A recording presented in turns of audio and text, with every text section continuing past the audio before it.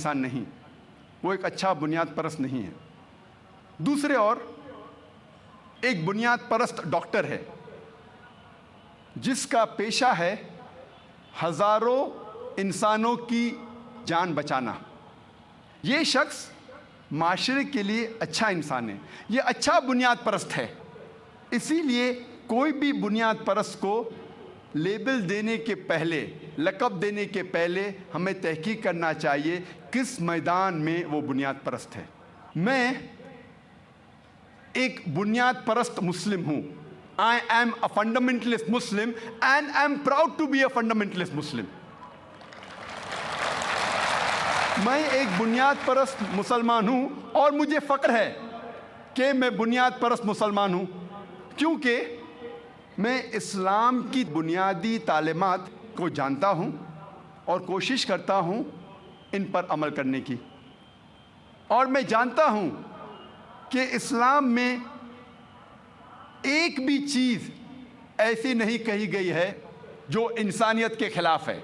عام طور پہ اگر آپ تحقیق کریں گے، اسلام میں ایک بھی آیت نہیں ہے، اسلام میں ایک بھی تعلیم ایسی نہیں ہے جو عموماً طور پر انسانیت کے خلاف ہے۔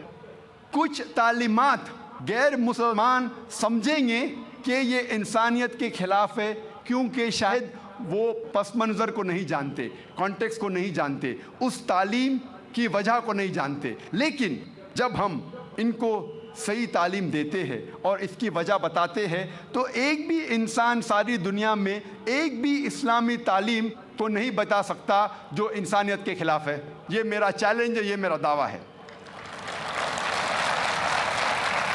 جب ہم آکسفورڈ ڈکشنری پڑھتے ہیں بنیاد پرست کے معنی کے لیے، اس میں لکھا ہے کہ fundamentalist is a person who strictly adheres to the fundamentals اور ڈاکٹرائن آف اینی ریلیجن۔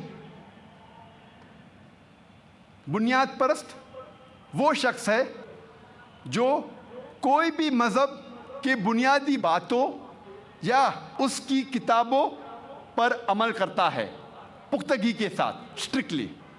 لیکن جب ہم ریوائزڈ ایڈیشن پڑھتے ہیں آکسفورڈ ڈکشنری کا، اس میں لکھا ہے کہ fundamentalist is a person who strictly adheres to the fundamentals اور doctrines of any religion especially Islam. Revised Oxford dictionary میں لکھا ہے کہ بنیاد پرست وہ شخص ہے جو پختگی کے ساتھ کوئی بھی مذہب کے فنڈامنٹلز، بنیادی باتوں یا اس کی کتاب کو پختگی سے عمل کرتا ہے، خصوصاً اسلام۔ یہ الفاظ خصوصاً اسلام، اسپیشلی اسلام جوڑا گیا ہے ریوائزڈ ڈیفینیشن میں آکسفورڈ ڈکشنری کے۔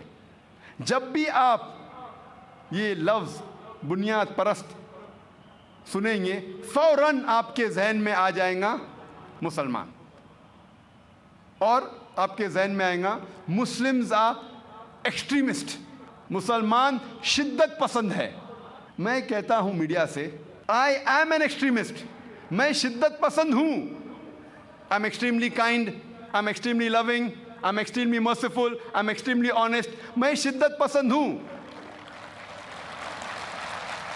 میں انتہا ایماندار ہوں، میں انتہا دیالو ہوں، میں انتہا محبت کرتا ہوں، میں انتہا حق پسند ہوں۔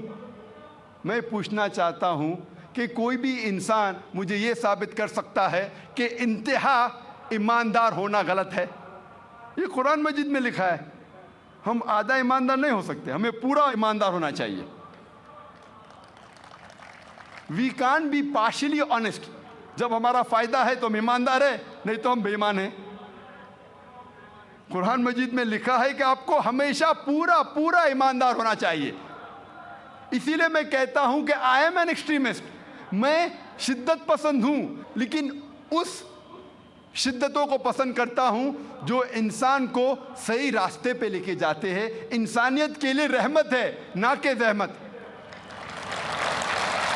اکثر ہم دیکھتے ہیں کہ مسلمان گھبرا جاتے ہیں اور کہتے ہیں I am not a fundamentalist, میں بنیاد پرست نہیں ہوں، میں شدت پسند نہیں ہوں۔ وہ گھبرا جاتے ہیں۔ میں کہتا ہوں ٹرن دا ٹیبلز اوور، بازی کو پلٹو۔ کب تک آپ ڈریں گے؟ اور ساری دنیا میں میں ہمیشہ کہتا ہوں کہ میں بنیاد پرست ہوں، میں شدت پسند ہوں، اور جب تک آپ بنیاد پرست نہیں ہوگے تب تک آپ اچھے مسلمان بن ہی نہیں سکتے۔ اگر سارے انسان اس دنیا میں بنیاد پرست مسلمان بن جائیں گے تو انشاءاللہ دنیا میں امن ہو جائے گا۔ جب میڈیا کہتی ہے اسلام انسانیت کے لیے زحمت ہے، حالانکہ اگر آپ تحقیق کریں گے اور صحیح طریقے سے اسلام کو عمل میں لائیں گے تو اسلام انسانیت کے لیے رحمت ہے۔ جو میڈیا کہتی ہے کہ یہ فنڈامنٹلسٹ لوگ پرابلم کر رہے، مسئلہ کھڑا کر رہے انسانیت کے لیے، حالانکہ اگر ہر انسان فنڈامنٹلسٹ مسلم، بنیاد پرست مسلمان بن جائے گا تو انسانیت کے سارے مسائل حل ہو جائیں گے۔ اگر ہر انسان ایک ایکسٹریمسٹ مسلم، ایک انتہا پسند، شدت پسند مسلم بن جائے گا ہر انسان، تو انشاءاللہ دنیا میں صرف امن اور سلامتی رہیں گی۔ میڈیا کہتی ہے کہ مسلمز آر ٹیررسٹ، مسلمان دہشت گرد ہے۔ میں کہتا ہوں کہ ہر مسلم کو دہشت گرد ہونا چاہیے۔ Every Muslim should be a terrorist. دہشت گرد کے معنی کیا ہے؟ دہشت گرد مطلب اگر کوئی انسان دوسرے انسان کے دل میں دہشت پیدا کرتا ہے تو اسے کہتے ہیں دہشت گرد۔ مثال کے طور پہ جب بھی کوئی چور پولیس کو دیکھتا ہے تو اس کے دل میں دہشت پیدا ہوتی ہے، تو اس چور کے لیے پولیس دہشت گرد ہے۔ اسی طریقے سے ہر چور جب مسلمان کو دیکھتا ہے تو اس کے دل میں دہشت پیدا ہونا چاہیے۔ جب بھی کوئی آدمی بلاತ್ಕಾರ کرتا ہے اور مسلمان کو دیکھتا ہے اس کے دل میں دہشت پیدا ہونا چاہیے۔ جب بھی کوئی انسان غلط کام کرتا ہے اور مسلمان کو دیکھتا ہے اس کے دل میں دہشت پیدا ہونا چاہیے۔ اس پس منظر میں، اس کانٹیکسٹ میں ہر مسلمان کا فرض ہے کہ وہ دہشت گرد بنے۔ قرآن کی آیت ہے سورہ انفال میں، سورہ نمبر 8 آیت نمبر 60 میں، کہ ایسے لوگ جو معاشرے کے خلاف ہے، انسانیت کے خلاف ہے، ان کے دل میں دہشت پیدا کرو۔ میں جانتا ہوں کہ عام طور پہ دہشت گرد اسے کہتے ہیں جو ایک معصوم انسان کے دل میں دہشت پیدا کرتا ہے۔ اس کانٹیکسٹ میں، اس پس منظر میں کوئی بھی مسلمان، کوئی بھی معصوم انسان کے دل میں کبھی بھی دہشت نہیں پیدا کرنا چاہیے۔ صرف وہ لوگ جو انسانیت کے خلاف ہے، مثال کے طور پہ چور، بلاತ್ಕಾರ کرنے والے انسان، ان لوگوں کے دل میں دہشت پیدا کرنا چاہیے۔ اور کئی بار ہم دیکھتے ہیں کہ ایک کام کے لیے دو القاب دیے جاتے ہیں، وہی شخص وہی کام لیکن دو القاب۔ مثال کے طور پہ ہندوستان کو آزادی ملنے کے پہلے، تقریباً 60 سال پہلے، انگریز اس دیش پہ حکومت کر رہے تھے۔ کئی ہندوستانی اس دیش کے آزادی کے لیے لڑ رہے تھے۔ یہ لوگ کو انگریز گورنمنٹ کہتی تھی کہ یہ دہشت گرد ہے، دیز آر ٹیررسٹ، لیکن ہم عام ہندوستانی ان لوگوں کو کہتے تھے دیش بھکت، پیٹریوٹس۔ وہی شخص، وہی کام، ٹو ڈفرنٹ لیبلز، دو القاب۔ اگر ہم برٹش حکومت، انگریز حکومت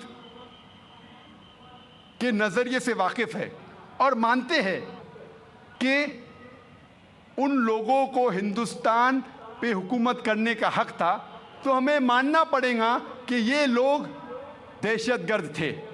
لیکن اگر ہم عام ہندوستانی کے نظریے سے واقف ہے اور مانتے ہیں کہ انگریز ہندوستان میں تجارت کرنے آئے تھے، انہیں ہم پہ حکومت کرنے کا کوئی حق نہیں، تو ہم مانیں گے یہ لوگ دیش بھکت تھے، پیٹریوٹس تھے، فریڈم فائٹرز تھے۔ اسی لیے کوئی بھی لقب دینے کے پہلے ہمیں تحقیق کرنا چاہیے کہ کس وجہ سے وہ آدمی جد و جہد کر رہا ہے، لڑ رہا ہے۔ اور آج کی پریس کانفرنس میں حیدرآباد کی پریس مجھ سے یہ پوچھ رہی تھی کہ مسلمان ہمیشہ ٹیررسٹ کیوں ہیں؟ تو میں نے ان سے کہا کہ برٹش حکومت، انگریز حکومت 60-70 سال پہلے بھگت سنگھ کو ٹیررسٹ کہتی تھی۔ تو اس نے کہا کہتی تھی، آپ اس کو مانتے؟ اس نے کہا نہیں، میں نہیں مانتا ہوں۔ تو میں نے کہا میں بھی نہیں مانتا ہوں کہ بھگت سنگھ ٹیررسٹ تھا، میں بھی نہیں مانتا ہوں کہ بھگت سنگھ دہشت گرد تھا۔ تو میں نے اس سے پوچھا اس ٹائم جب انگریز کہتے تھے کہ بھگت سنگھ ٹیررسٹ ہے، آپ ان کی باتوں کو نہیں مانے، آج جب وہ کہتے ہیں کہ مسلمان ٹیررسٹ ہے، آج آپ کیوں ان کی بات کو مانتے ہیں؟ تو وہ رپورٹر ہنسنے لگا۔ تو میں نے کہا کیونکہ آپ ہندوستان کے بارے میں جانتے ہیں، آپ مسلمان کے بارے میں نہیں جانتے۔ آپ یہ نہیں جانتے کہ جو western media, American press, British press مسلمان کو ٹیررسٹ کہہ رہی ہے، آپ ان کے بارے میں، ان کے پس منظر، ان کے کانٹیکسٹ کو نہیں جانتے، ان کے حالات کو نہیں جانتے۔ اور آپ ایسی مثال عالمی ہسٹری میں کئی بار دیکھیں گے۔ مثال کے طور پہ 19ویں صدی میں، ان دا 19th century 1875 میں امریکن ریولیوشن تھا۔ انگریز لوگ امریکہ پر حکومت کر رہے تھے۔ کئی امریکنز اپنی دیش کی آزادی کے لیے لڑ رہے تھے، اور برٹش حکومت ان لوگوں کو ٹیررسٹ کہتی تھی۔ اور سب سے نمبر 1 ٹیررسٹ برٹش حکومت کے لیے اس وقت تھا جارج واشنگٹن۔ یہی نمبر 1 ٹیررسٹ جو انگریز حکومت کہتی تھی، چند سال بعد وہ بن جاتا ہے USA کا پریزیڈنٹ۔ آپ سوچ سکتے ہیں، نمبر 1 ٹیررسٹ USA کا پریزیڈنٹ بن جاتا ہے۔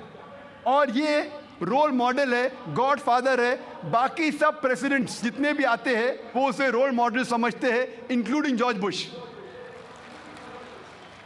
آپ سوچ سکتے ہیں، ٹیررسٹ USA کا پریزیڈنٹ، سب سے پہلا پریزیڈنٹ، اور یہ رول ماڈل ہے باقی سب پریزیڈنٹس کے لیے۔ ایسی مثال آپ کئی پیش کر سکتے ہیں۔ اور جو لوگ انگریز جب امریکن کو ٹیررسٹ کہتی تھی چند سال پہلے، آج ان کے سب سے پیارے دوست ہیں۔ یعنی انگریز حکومت ٹیررسٹ سے دوستی رکھتی ہے۔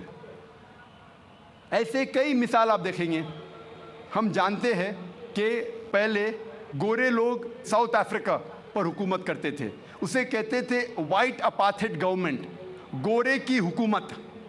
اس وقت یہ حکومت نے نیلسن منڈیلا کو پکڑ کے 25 سال سے زیادہ روبن آئلینڈ میں قید رکھا تھا، اور کہتی تھی ساؤتھ افریقہ کا ٹیررسٹ نمبر 1 ہے Nelson Mandela.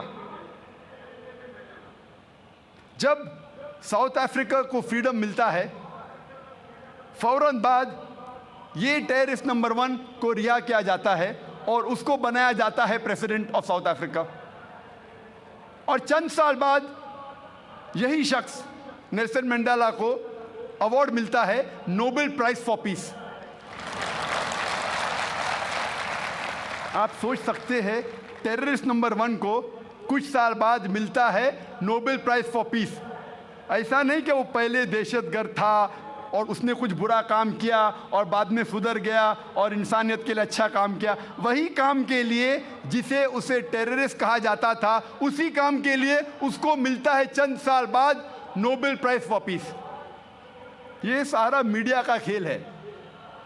Media can make day into night, black into white, hero into a villain, villain into a hero. رات کو دن کر سکتا ہے میڈیا، چور کو ہیرو بنا سکتا ہے، اچھے کو برا بنا سکتا ہے، برے کو اچھا۔ کون سا میڈیا پاور میں ہے، اس طریقے سے اس کو لقب دیا جاتا ہے۔ تو اسی لیے جو بھی آپ لقب کسی سے سنتے ہیں اسے مان مت لو، تحقیق کرو کس وجہ سے وہ شخص، وہ انسان جدوجہد کر رہا ہے, کس وجہ سے وہ انسان لڑ رہا ہے. تو میری درخواست ہے سارے انسانوں سے, سارے غیر مسلمانوں سے, کہ کم از کم آپ بلائنڈلی آنکھ بند کر کے جو بھی آپ کو سننے میں آتا ہے اسے مان مت لو. قرآن مجید میں لکھا ہے سورہ حجرات میں سورہ نمبر 49 آیت نمبر 6 میں, جب بھی کوئی چیز آپ کے پاس آتی ہے, کوئی بھی کچھ کہتا ہے, اس کی تحقیق کرو دوسرے کو پہنچانے کے پہلے. اگر ایسے ٹیررسٹ جو لوگ انسانیت کے خلاف ہے, ان کے دل میں اگر دہشت پیدا کرنے والے لوگ, ہر انسان اگر صحیح مسلم ٹیررسٹ, جس طریقے سے قرآن کہتا ہے کہ جو لوگ انسانیت کے خلاف ہے ان کے دل میں دہشت پیدا کرو, اگر ہر انسان ایسا اسلامک ٹیررسٹ بن جائے تو زحمت دنیا سے مٹ جائیں گی, صرف رحمت رہیں گی, صرف امن رہیں گا. میڈیا کہتی ہے کہ اسلام از این انٹالرنٹ ریلیجن. اسلام ایک متعصب مذہب ہے, متعصب, انٹالرنٹ, برداشت کرنے کی قوت نہیں ہے. اس مذہب کو جو مانتے ہیں وہ برداشت کرنے کی ان لوگوں میں قوت نہیں, انٹالرنٹ, متعصب لوگ ہیں. میں کہتا ہوں Islam is intolerant towards dishonesty, towards crime, towards injustice. It is intolerant towards victimisation, towards racism. Islam متعصب ہے, متعصب ہے ڈس آنیسٹی سے, بے ایمانی سے, متعصب ہے ریسزم سے, متعصب ہے کرائم سے. جو آج کے معاشرے, جو ویسٹرن میڈیا ہے, جو ویسٹرن معاشرہ ہے, مغربی تہذیب جو سمجھتی ہے اچھا ہے اور ہم سمجھتے ہیں وہ غلط ہے, برا ہے, ان چیزوں سے متعصب ہے ہم. جو وہ سمجھتے ہیں کہ ان کے لیے فائدہ مند ہے, ہم سمجھتے ہیں یہ سوسائٹی کے لیے, معاشرے کے لیے بری چیز ہے. مثال کے طور پہ اسلام انٹالرنٹ ہے, متعصب ہے ڈرگ ایڈکشن سے, متعصب ہے الکوہلزم سے, متعصب ہے کرائم سے, متعصب ہے پورنوگرافی سے, پروسٹیٹیوشن سے, ایڈلٹری سے, فورنیکیشن سے, زنا سے. جو مغربی تہذیب سمجھتی ہے انسانیت کے لیے اچھا ہے شراب پینا, ڈرگ لینا, پورنوگرافی, پروسٹیٹیوشن, زنا کرنا, جو مغربی تہذیب سمجھتی ہے اچھا ہے, ہم ان چیزوں سے متعصب ہے. Islam is intolerant to the evils of society.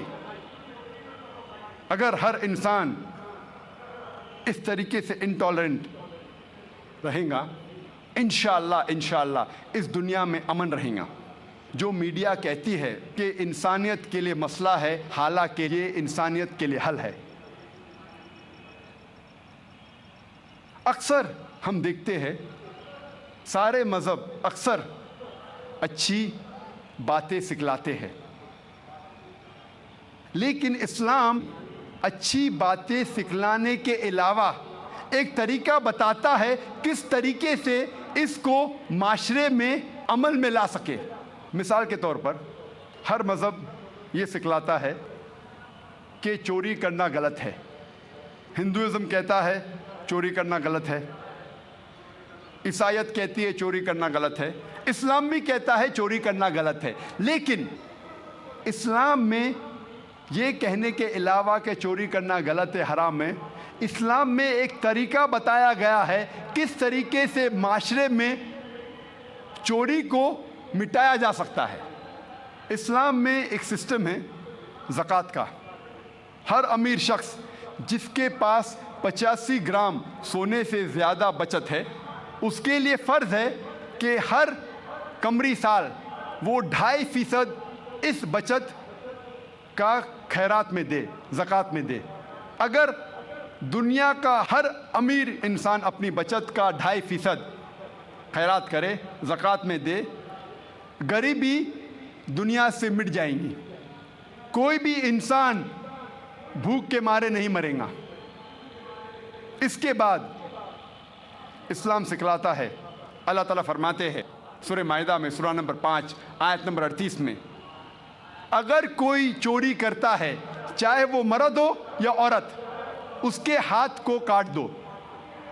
غیر مسلمان کہیں گے 21ویں صدی میں ہاتھ کاٹنا, اسلام ایک بے درد مذہب ہے, بے رحم مذہب ہے.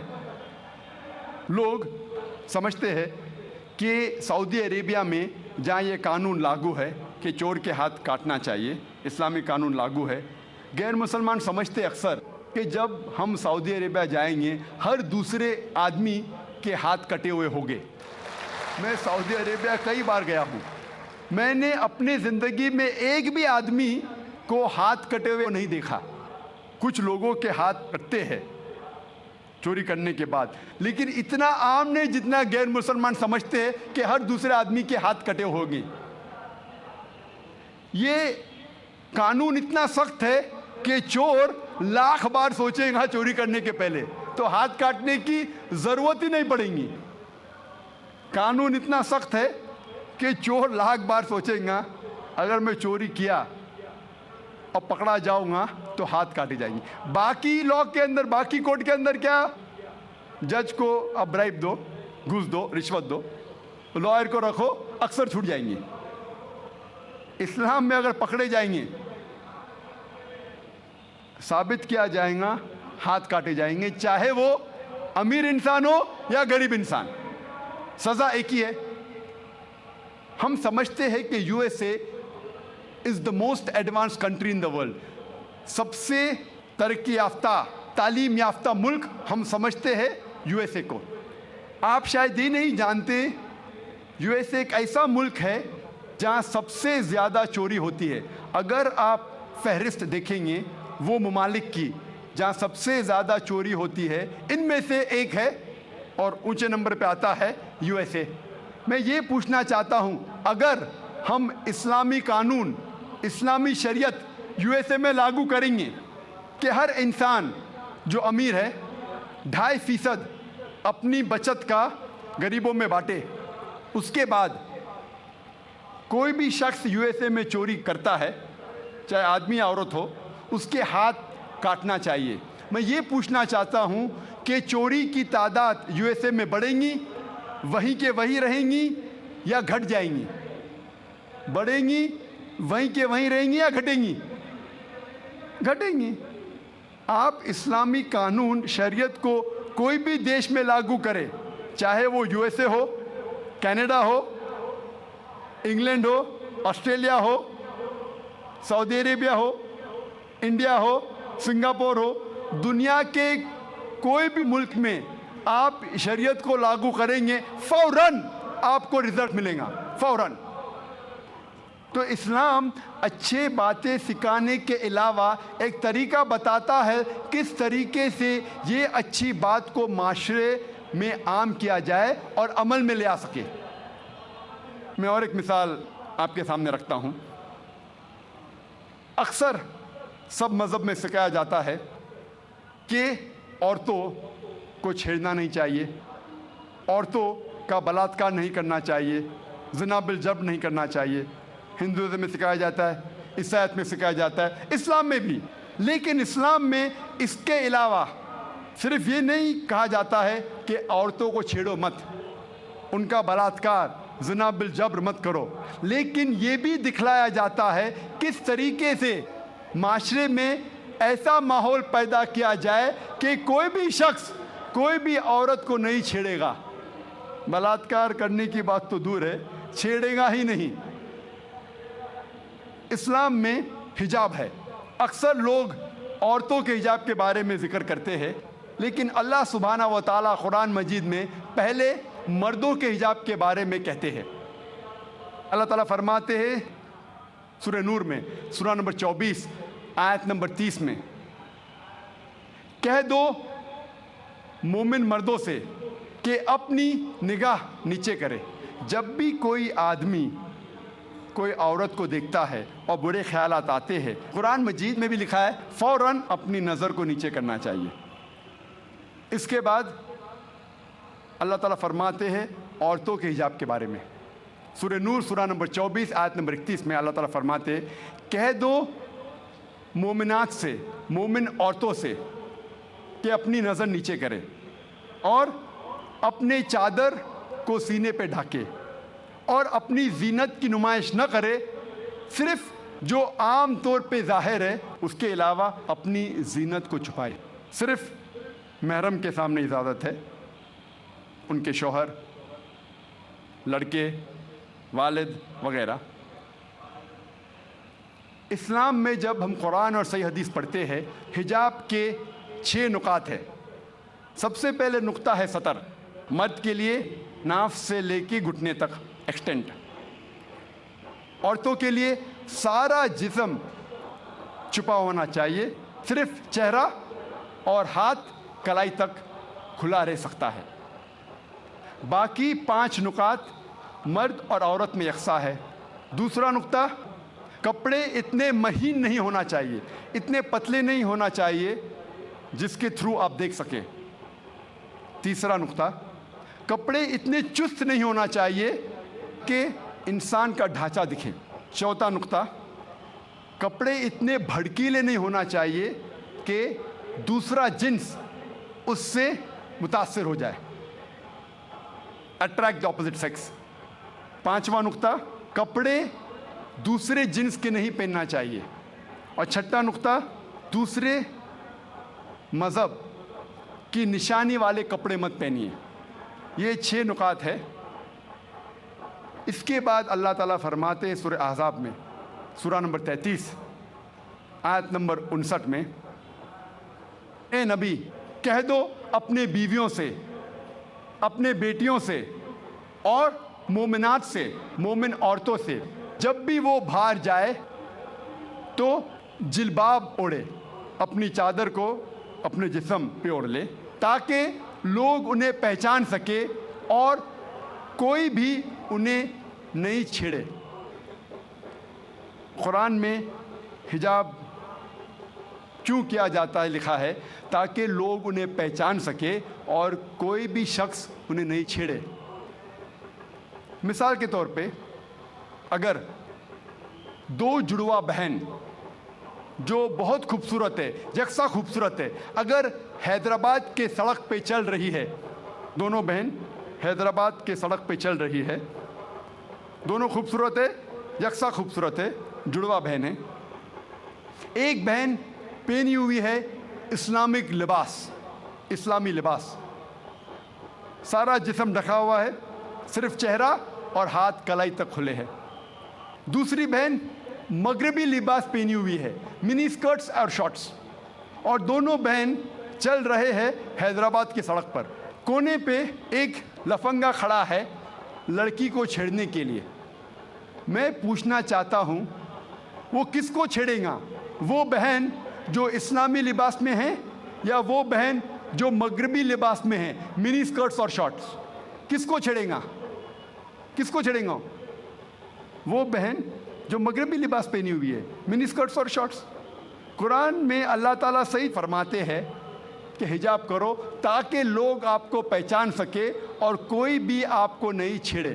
اور اس کے بعد اسلام کی شریعت یہ کہتی ہے اگر کوئی شخص کسی عورت کا بلاತ್ಕಾರ کرتا ہے اس کے لیے ہے سزائے موت۔ غیر مسلمان کہیں گے سزائے موت 21ویں صدی میں؟ کتنا بے درد مذہب ہے اسلام، کتنا بے رحم مذہب ہے اسلام۔ لیکن جب میں یہ سوال غیر مسلمانوں سے پوچھتا ہوں اور ہزاروں غیر مسلمانوں سے پوچھا ہوں کہ مثال کے طور پہ اگر اللہ نہ کرے، خدا نہ کرے، کوئی آپ کی ماں کا بلاತ್ಕಾರ کرتا ہے اور وہ بلاತ್ಕಾರ کرنے والے کو میں آپ کے سامنے لے آتا ہوں اور آپ کو جج بناتا ہوں، آپ کیا سزا دیں گے اسے؟ 100% غیر مسلمانوں نے کہا کہ میں اسے سزائے موت دوں گا۔ کچھ غیر مسلمانوں نے کہا میں اسے تڑپا تڑپا کے ماروں گا۔ تو کون آپ کی والدہ کا بلاತ್ಕಾರ کرتا ہے، زنا بالجبر کرتا ہے، آپ کہتے ہیں کہ سزائے موت؟ کسی اور کے والدہ کا بلاತ್ಕಾರ کوئی کرتا ہے، آپ کہتے ہیں سزائے موت غلط ہے۔ وائی دی ڈبل سٹینڈرڈز؟ دو طرفہ کیوں؟ اور USA ہم سمجھتے ہیں کہ کہ سب سے تعلیم یافتہ ملک ہے، ترقی یافتہ ملک ہے۔ آپ شاید یہ نہیں جانتے کہ اس ملک یو ایس اے میں سب سے زیادہ بلاತ್ಕಾರ ہوتے ہیں۔ اگر آپ فہرست دیکھیں گے وہ ممالک کی جس میں سب سے زیادہ بلاತ್ಕಾರ زنا بالجبر ہوتا ہے، اونچے نمبر پہ آتا ہے U S A. 1991 statistics F B I کے رپورٹ کے مطابق 1990 میں ہر سال، اس پورے سال میں ایوریج ہر روز 1756 بلاತ್ಕಾರ ہوئے یو ایس اے میں۔ 1990 میں ایف بی آئی اسٹیٹسٹکس کے مطابق ہر روز یو ایس اے میں 1756 بلاತ್ಕಾರ ہوئے۔ 1996 اسٹیٹسٹکس کے مطابق، U S department of justice کے مطابق، ہر روز 1996 میں 2713 بلاತ್ಕಾರ ہوئے، زنا بالجبر ہوئے۔ 1990 میں 1756، 1996 میں 2713۔ ہو سکتا ہے 6 سال میں امریکن اور نڈر ہو گئے، اس لیے تعداد بڑھ گئی۔ 1996 اسٹیٹسٹکس کے مطابق ہر 32 سیکنڈ میں ایک بلاತ್ಕಾರ ہوا یو ایس اے میں، ہر 32 سیکنڈز۔ ہم یہاں تقریباً 2 سے 3 گھنٹے ہے ادھر، اس 2 گھنٹے میں 200 سے زیادہ بلاತ್ಕಾರ یو ایس اے میں ہو چکے ہوں گے۔ جب سے ہم یہاں ہیں جمع ہوئے ہیں 2 گھنٹے سے 200 سے زیادہ بلاತ್ಕಾರ یو ایس اے میں ہو چکے ہوں گے۔ میں آپ سے پوچھنا چاہتا ہوں، اگر ہم اسلامک شریعت، اسلامی قانون یو ایس اے میں لاگو کرتے ہیں، کوئی بھی آدمی کوئی عورت کو دیکھتا ہے اور غلط خیالات آتے ہیں، اسے نظر نیچے کرنی چاہیے۔ اس کے بعد عورتیں اسلامک لباس پہنے، سارا بدن ڈھکا ہوا ہونا چاہیے، صرف چہرہ اور ہاتھ کلائی تک دکھ سکتا ہے۔ اس کے بعد اگر کوئی آدمی عورت کا بلاತ್ಕಾರ کرتا ہے، زنا بالجبر کرتا ہے، اس کے لیے سزائے موت۔ میں یہ پوچھنا چاہتا ہوں کہ بلاತ್ಕಾರ کی تعداد یو ایس اے میں بڑھیں گی، وہیں کے وہیں رہیں گی، یا گھٹیں گی؟ گھٹیں گی۔ اٹس اے پریکٹیکل لا۔ آپ جہاں بھی اسلامی قانون لاگو کریں گے، اسلامک شریعت لاگو کریں گے، چاہے وہ یو ایس اے میں ہو، کینیڈا میں ہو، یو کے میں ہو، ہندوستان میں ہو، سعودی عربیہ میں ہو، سنگاپور میں ہو، جہاں بھی آپ لاگو کریں گے، فوراً آپ کو ریزلٹس ملیں گا، فوراً اس دیش میں رحمت ہو جائے گی۔ اور چند سال پہلے جب ایل کے اڈوانی اس ملک کے ہوم منسٹر تھے، انہوں نے کہا تھا کہ